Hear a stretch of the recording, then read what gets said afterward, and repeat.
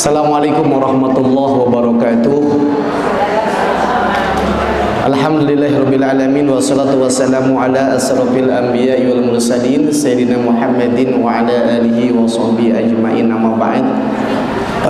Ibu-ibu jamaah yang mudah-mudahan dirahmati Allah Subhanahu wa taala, hari ini kita sudah sama-sama menyimak ya tentang 7 golongan nanti akan mendapatkan naungan di hari kiamat.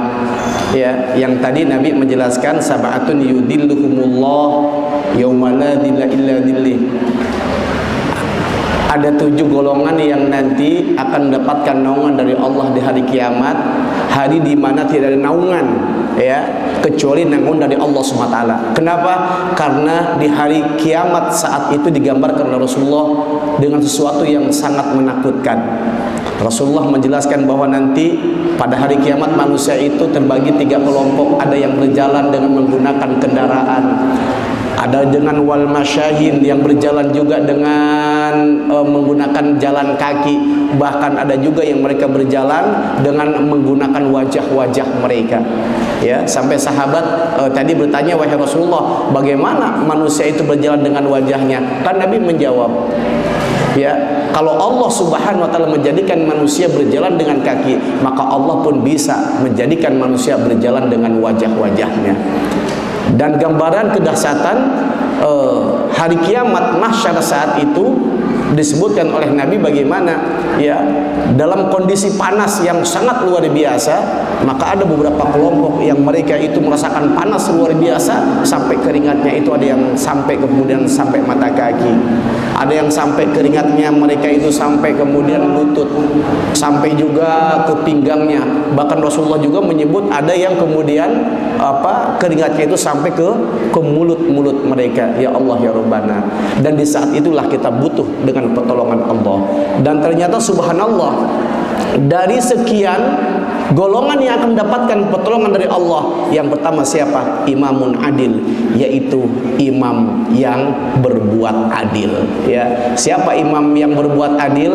Yaitu para pemimpin yang bijaksana, para pemimpin yang tidak tergesa-gesa dalam memutuskan satu keputusan, tapi dia akan bertanya dulu, dia akan bermusyawarah dulu kepada orang-orang yang ahlinya, dan kemudian saat dia memutuskan pun bagaimana dia putuskan dengan cara adil.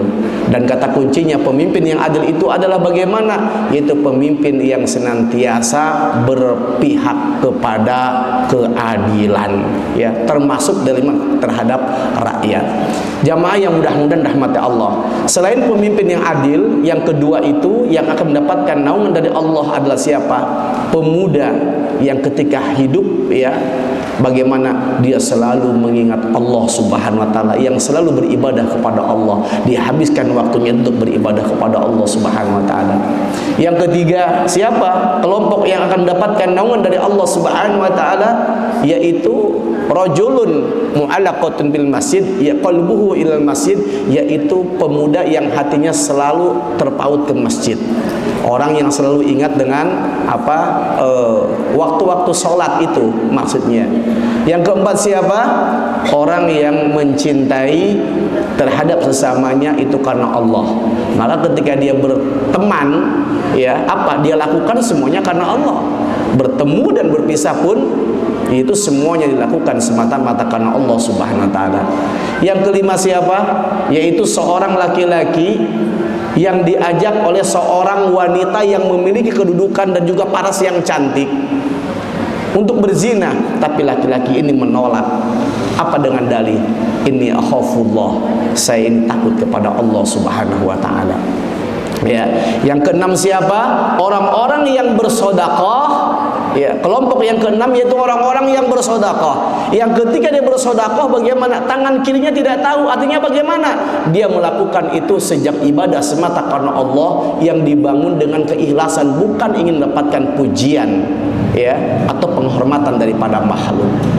Dan yang terakhir itu siapa? Orang yang selalu meneteskan air matanya di tempat-tempat kesunyian. Untuk apa? sekedar dia mengingat akan dosa-dosanya dan kemudian dia beristighfar, meminta ampun kepada Allah Subhanahu wa taala. Inilah 7 kelompok yang nanti akan mendapatkan naungan di padang mahsyar di saat semua akan merasakan kepanikan, ketakutan, dan disitulah pertolongan Allah akan berikan kepada 7 golongan tersebut. Mudah-mudahan kita termasuk di antara 7 golongan yang disebut oleh Nabi Muhammad SAW, sehingga di hari akhir nanti kita bisa mendapatkan pertolongan dari Allah Subhanahu wa taala. Demikian yang Bapak sampaikan, mudah-mudahan bermanfaat. Akhirnya mari kita bersama berdoa kepada Allah Subhanahu wa taala. Mudah-mudahan doa kita doa-doa yang dijabah oleh Allah Subhanahu wa taala. Astagfirullahaladzim. Allahumma shalli wa barik ala rasulillah ya Allah ya rabbal alamin. Anda sakirin anda naibna laka bimasida ya rabbana lakal hamdu kama yanbaghi li kalimati sultanik. Allahumma shalli ala Muhammad wa ala ali sayyidina Muhammad. Rabbana zidna ilman nafi'an warzuqna fahman wa amalan mutaqabbala. Rabbana zidna ilman nafi'an warzuqna fahman wa amalan mutaqabbala. Allahumma ij'al auladana wa talamidana min ahli al-ilmi wal khair wa la taj'alna yawmina li syarri wa dhayr. Rabbana hab lana min azwajina wa dhurriyyatina qurrata a'yun waj'alna muttaqina imama. Rabbana la tuzigh qulubana ba'da idh hadaytana wa hab lana min ladunka rahmah innaka antal wahhab. Rabbana atina fid dunya hasanah wa fil akhirati hasanah wa qina adzaban nar. Bi rahmatika ya arhamar rahimin. Subhana rabbil izzati amma yasifun wa salamun alal mursalin walhamdulillahi rabbil alamin. Demikian yang saya sampaikan. Saya akhiri wallahu muwaffiq ila aqwamit thoriq. Assalamualaikum warahmatullahi wabarakatuh.